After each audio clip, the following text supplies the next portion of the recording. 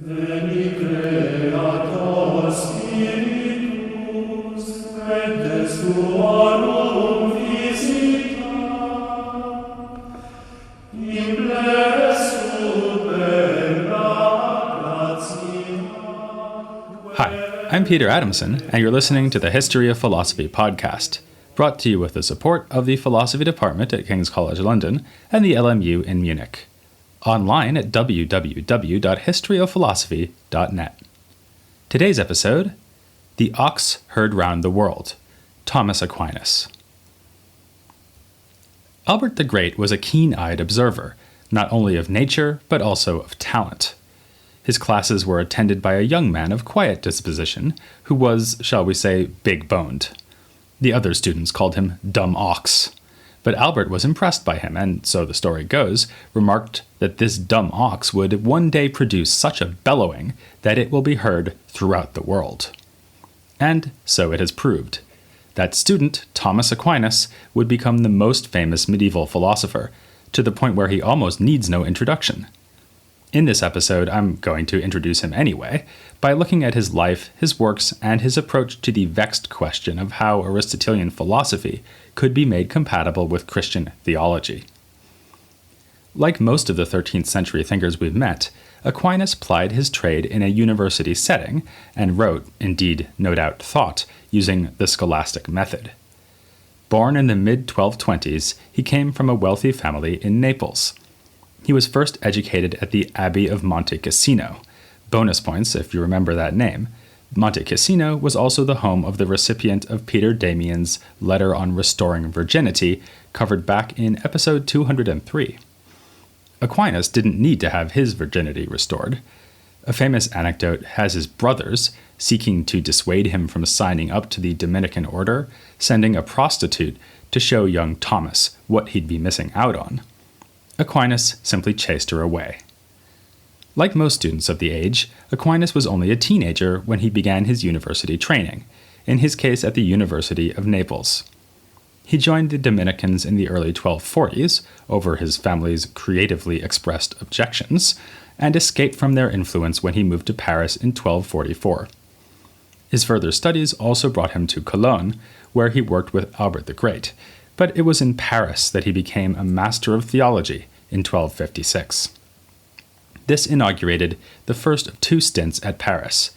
At other times, we find him working at Dominican priories in Orvieto, Rome, and back in Naples, before dying in 1274 while en route to a council at Lyon.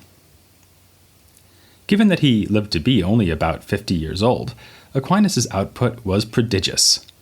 His most famous work, the Summa Theologiae, is a sprawling text which remained unfinished at death, but still contains 3 sizable sections, with the second subdivided into 2 parts. It was only the third of 3 synoptic works that covered the whole of theology, the first being his commentary on the sentences of Peter Lombard, written, as was standard, upon his taking up the post of master at Paris, and the second being his Summa Contra Gentiles. There's some debate about what, if any, title Aquinas himself gave to that work and how it relates to the Summa Theologiae. The Contra Gentiles of the traditional title would mean against the non-Christians, and it has been read as a manual for use in converting Muslims and Jews in Spain. But if so, it seems odd that Aquinas devotes so much space to arguing for ideas that Jews and Christians would readily have admitted, such as the existence of God. Rather, the Summa Contra Gentiles may have been an attempt to show how Christian belief can be placed on rational foundations, a project of at least as much interest for Aquinas' fellow Christians as for representatives of other faiths. Only in the 4th and final book does Aquinas turn to aspects of the Christian religion that cannot be established by rational argument, like the doctrine of the Trinity. The Contra Gentiles is also noteworthy in that it simply lays out arguments, one after another, rather than using the disputed question structure of the more famous Summa Theologiae. With this structure, the Summa Theologiae imitates classroom disputation, though in a streamlined or idealized fashion. Aquinas also held a number of actual disputed questions, with each question containing a large number of arguments for or against the various theses being considered. The Summa is different. Its 3 parts deal respectively with God, humankind, and Christ. These parts are then divided into numerous questions, each of which contains a number of articles, and it is within each article that the disputed question structure comes to the fore. Each article usually gives only a small number of objections, mostly drawn from authoritative sources, before citing another such source against these objections, introduced by sed contra, on the other hand. This is followed by a response in Aquinas' own name, and finally he gives answers to the objections to the extent that these are not already obvious from his response. The cited authorities are carefully chosen.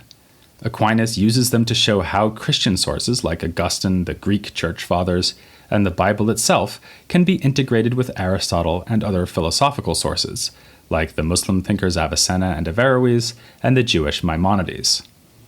Platonist sources are also important for Aquinas. He continues to use the Book of Causes, even after realizing that it is based on Proclus rather than Aristotle, and he is also powerfully influenced by the Pseudo-Dionysius. It's even been suggested that the whole Summa has a structure inspired by the Neoplatonic theme of procession and return, beginning from God as the first cause of all things, and then following the path that leads back to him through the virtues and the grace offered by Christ. Alongside the 3 summas and his sets of disputed questions on topics like virtue, truth, and evil, Aquinas' commentaries give us another sign of his intellectual inheritance. He commented on books of the Bible and on works of Christian and non-Christian Platonism, including 2 treatises by Boethius, the Divine Names of the Pseudo-Dionysius, and the Book of Causes. Finally, he followed his teacher Albert's example by writing several commentaries on Aristotle. As this choice of subjects already suggests, Aquinas saw no unbridgeable chasm between reason and religion. Such a harmonizing view was, of course, as typically medieval as knights in shining armor, or alarmingly low standards of sanitation. From rationalists like Abelard to mystically leaning Augustinians like Bonaventure, we've found widespread agreement that Aristotle and other philosophers could at least be reconciled with the Christian faith. But Aquinas proposes a new way of conceptualizing this relationship. He defines very clearly the differences between theology and philosophy, a methodological distinction that reflects the division between the theology and arts faculties within the universities. We see this in a commentary written during his first period in Paris, devoted to Boethius's On the Trinity. It does not cover most of the text, and in fact doesn't really get to the part about the Trinity, instead lavishing attention on Boethius's remarks concerning philosophical method. Aquinas' commentary explains Boethius's meaning line by line, but then steps back to consider the issues at stake by raising a number of difficulties which are handled using, what else? The disputed question structure. Already in the prologue to his commentary, Aquinas points to a difference between the method of philosophy and that of theology. The philosopher begins with things in the created world and proceeds to God, whereas the theologian goes the other way around. But the difference is more than direction of travel. The philosopher moves along the lower road of natural reason. He must base himself solely on what he can glean from the senses, since all natural reasoning must have recourse to experience of the physical world. Many, even most, of Aquinas' contemporaries would have said that even this sort of reasoning depends on an illumination from God. We've seen how Bonaventure, among others, thought such illumination was indispensable for the certainty of a philosophical demonstration. Aquinas disagrees. The light of reason is derived from God, but this is given to us automatically when we are created as humans, and for the most part, no further assistance is needed. The human intellect is itself active and can illuminate the images it derives from the senses so as to understand them. It is only when we try to understand such supernatural themes as the Trinity that an additional light must be added. But this does not mean that God is entirely out of bounds for the philosopher. Several times, Aquinas cites what may be his very favorite line from the Bible: "The invisible things of him are clearly known from the creation of the world, being understood by the things that are made." That's Romans 1:20. Aquinas takes this to indicate that the philosopher can indeed know God, but only indirectly. Natural reason approaches God as the cause of created things, rather than grasping him in himself, as we hope to do in the afterlife. The philosopher cannot offer demonstrations that divulge God's essence, if only because we demonstrate things on the basis of their causes, and God has no cause. The Trinity is a good example of this limitation. In himself, God is indeed three in one. But we can never come to know this naturally, because with our inborn resources, we grasp God only as a cause, and it is the whole Godhead that creates things, not only one or the other divine person. Nonetheless, philosopher can offer several services to religion. It can help the Christian to refute false criticisms of religious doctrine, the task known as apologetics, and it can offer a deeper understanding of something accepted on the basis of faith. It should be underlined that this does not mean proving the articles of faith. These are believed on a voluntary basis, thanks to another supernatural light infused within us by God during this life, which is what Aquinas fundamentally understands faith to be. Rather, Aquinas has in mind the sort of procedure used by Augustine or Boethius, as when Augustine used philosophical tools to show us that the inner workings of our own mind give us some inkling of God's Trinitarian nature. A final task for philosophy is establishing what Aquinas calls the preambles of faith, things that pave the way for religion but are accessible to natural reason. Among these, none is more central than the very existence of God. Aquinas is adamant that even if the philosopher cannot demonstrate what God is, he can demonstrate that God is. For further light on all this, we can do no better than to turn to the beginning of the Summa Theologiae. As the title implies, this is nothing less than a comprehensive study of theology, and Aquinas begins by explaining the nature of his enterprise. Theology is, he insists, a science, and a science in the Aristotelian sense. That is, it offers demonstrative proofs based on unshakable first principles.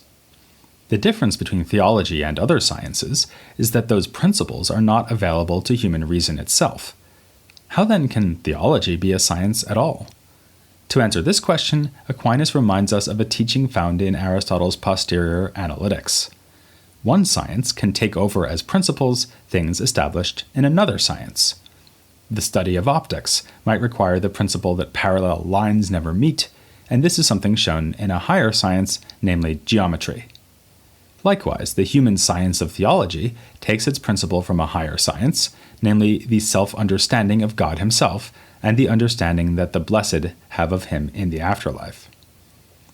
Here, it helps to know that the Latin word scientia is a bit more flexible than our word science. Like Aristotle's Greek term episteme, it can mean a branch of knowledge like optics or theology, but it can also mean knowledge or understanding. Thus, it is natural for Aquinas to say that God's scientia provides the principles of the sacred scientia, that is, theology, the way that one human scientia, or science, grounds another, demonstrating its principles. But whether we are speaking English or Latin, we may worry that no article of faith could ever be the basis of a rational science. We typically assume today that faith is antithetical to reason. Faith is belief that one embraces on the basis of authority or by a sheer act of will or just because one was brought up in a religious family. It is, in other words, the sort of belief that involves the absence of rational justification. In a sense, Aquinas could agree. He admits that in this life, humans have no direct access to the certain truths that ground theology. Those truths are as certain as truth comes, since we are talking here about nothing less than God's own knowledge of himself. The theologian is like the optician who doesn't understand geometry, who we might say takes it as a matter of faith that parallel lines won't meet in the end. Likewise, the theologian, like the optician, operates with perfectly certain principles. It's just that he doesn't himself understand why they are certain. This is, of course, unlikely to satisfy the atheist, but Aquinas isn't talking to atheists, he's talking to fellow Christians, in fact, to students of theology. We should bear this in mind as we turn to the next topic of the Summa, namely the existence of God. Aquinas told us in his commentary on Boethius that the philosopher can use natural reason to prove that God exists, though not to understand what God is. Thus, we might expect the proofs Aquinas offers here to be intended as knockdown demonstrations. If so, we're apt to be disappointed. In a set of famous arguments, often called the 5 ways, Aquinas describes 5 ways of establishing that God does in fact exist. These are some of the most thoroughly discussed arguments in the history of philosophy, and if all that discussion has shown anything, it is that the arguments need a lot of help if they are to be made watertight and convincing. For this reason, I tend to sympathize with readers who see the 5 ways in the context of theology, as Aquinas understands theology. Remember that philosophy offers the theologian various services. This includes proving certain preliminary points, which could certainly include the existence of God. But it can also help us to understand things we already accept on the basis of faith, and you can be sure that these would most definitely include the existence of God. So it may be better to think of the 5 ways as offering the theologian a set of rational approaches for thinking about God, even if they are also intended to work as proofs. This could help to explain their relative sketchiness and the various holes one can easily poke in the argumentation. As Aquinas scholar Rudi de Velde has put it, what Aquinas is saying is like this: although there are several objections to the assumption that God exists which should be taken seriously, we Christians firmly hold that God is existent. Now, granted that this is true, as we believe it is, let us then try, with the help of arguments found in the philosophical tradition, to show how the human mind may be led to an understanding of this truth. Having said that, it is also important that Aquinas thinks we can and should try to prove that God exists. It is not simply obvious, or as he puts it, known through itself, that this is the case. This is one of those places where Aquinas is signaling his departure from the mainstream. Most 13th century thinkers followed Augustine, who held that it is simply incoherent to argue that God doesn't exist. A typical Augustinian argument to this effect was that God is truth, and it is self-defeating to deny that there is truth, since, to do so, you'd have to say that it is true that there is no truth. This sort of reasoning had been used by Anselm, who was, of course, responsible for an even more famous attempt to show that God's existence simply cannot be denied. This was his ontological argument, which Aquinas interprets as trying to establish that God's existence is self-evident.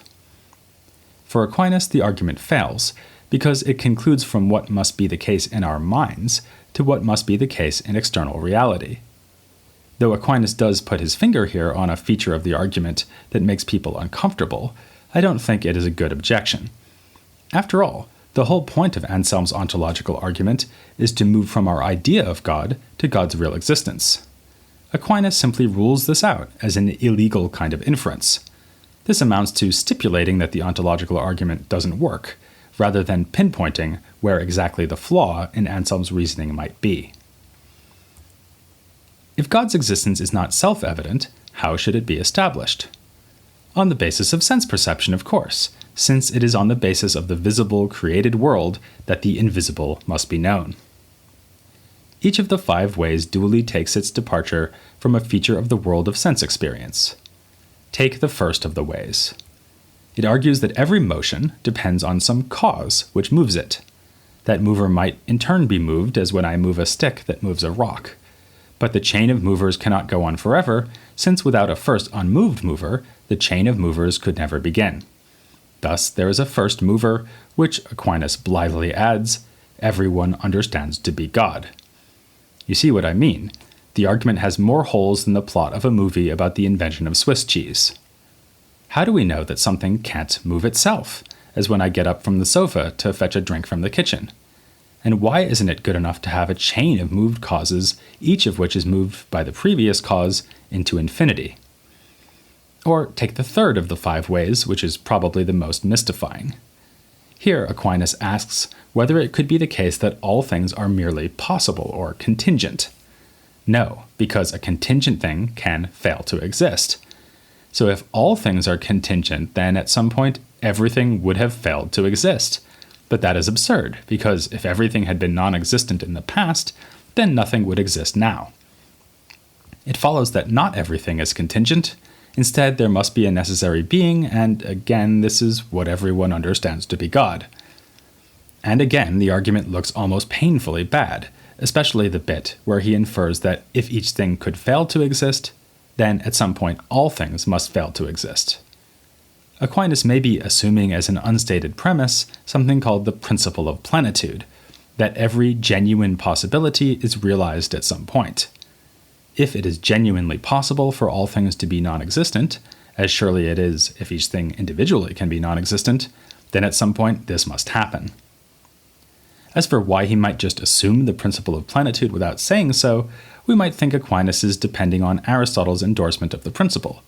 Or perhaps he'd have us turn to Avicenna, whose own more elaborate proof of the necessary existent is lurking in the background. A similar game can be played with the first way. In that case, we might seek answers in Aristotle, who is the inspiration for Aquinas' argument, or elsewhere in Aquinas, by looking to his theory of action to see why absolute self-motion is impossible. Of course, we might also use our own ingenuity to improve the arguments. Plenty of people have done so. But a more sensible reaction might be to assume that the student is familiar with these types of argument from studying their Aristotle and their Avicenna, and is just being reminded of several philosophical approaches to God that can be invoked in the rest of the Summa. To quote another Aquinas scholar, Brian Davies, "The purpose of the 5 ways is to set the ball rolling, not to bring the game to an end." Of course, we are ourselves only just getting the ball rolling with Aquinas. In coming episodes, we'll look more at his conception of God, as well as his ethics and political philosophy. But next time, we'll be turning to one of the issues on which he was most out of step with his contemporaries, the nature of the human soul. Join me for what should be a pretty animated episode of the history of philosophy, without any gaps. Caritas